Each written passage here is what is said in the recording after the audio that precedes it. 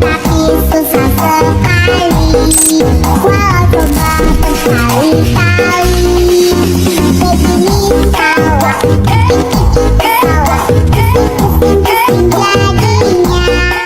Assalamualaikum warahmatullahi wabarakatuh. Perkenalkan, saya Ritya Adam dari jurusan Administrasi Niaga Prodi Manajemen Aset dengan NIM 245244027. Kali ini saya akan nge-vlog ya guys. Aset yang saya minati adalah ini, lapangan tenis.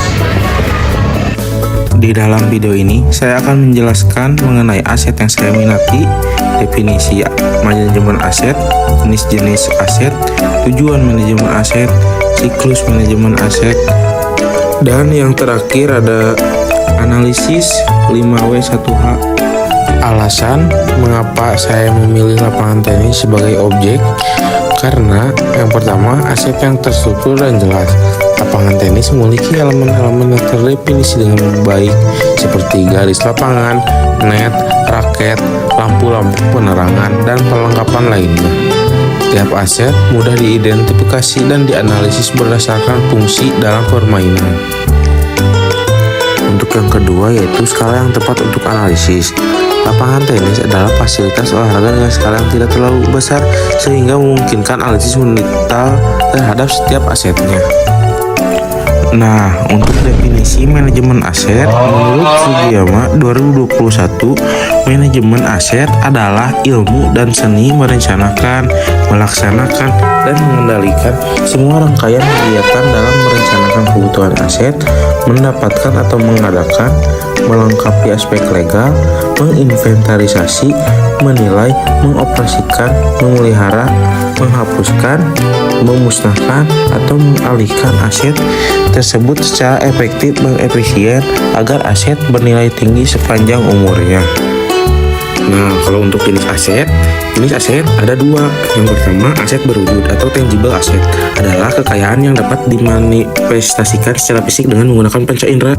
Contohnya seperti yang ada di video ini, yaitu lapangan tenis karena berbentuk fisik dan dapat dilihat atau disentuh. Yang kedua ada aset tidak berwujud atau intangible asset, kekayaan yang manifestasinya tidak berwujud secara fisik, yakni tidak dapat disentuh, dilihat atau tidak bisa diukur secara fisik, namun dapat diidentifikasi sebagai kekayaan. Lapangan tenis ini dapat dikategorikan sebagai aset komersial atau aset non-komersial, tergantung pada bagaimana lapangan tersebut digunakan. Dan peran manajemen aset di lapangan tenis melibatkan pengelolaan semua fasilitas dan peralatan yang terkait dengan lapangan, termasuk perawatan permukaan lapangan, net, dan lain-lain. Mengapa sih manajemen aset penting bagi lapangan tenis? Karena penting untuk memastikan lapangan tenis tetap aman, nyaman, dan memenuhi standar untuk bermain. Bagaimana sih manajemen aset diterapkan di lapangan tenis? Manajemen aset diterapkan dengan cara melakukan inspeksi rutin, perawatan berkala, dan perbaikan jika diperlukan. Biasanya dilakukan setiap beberapa tahun atau tergantung pada kondisi bagaimana lapangan itu. Manajemen aset di lapangan tenis diterapkan di seluruh area lapangan tenis, termasuk permukaan lapangan, area net, serta fasilitas tambahan seperti kamar ganti atau toilet. Yang bertanggung jawab atas manajemen aset di lapangan tenis yaitu pengelola fasilitas atau pihak pemilik. Begitulah video singkat mengenai aset dan manajemen aset. Sekian dari saya. Wassalamualaikum warahmatullahi wabarakatuh. Semoga bermanfaat.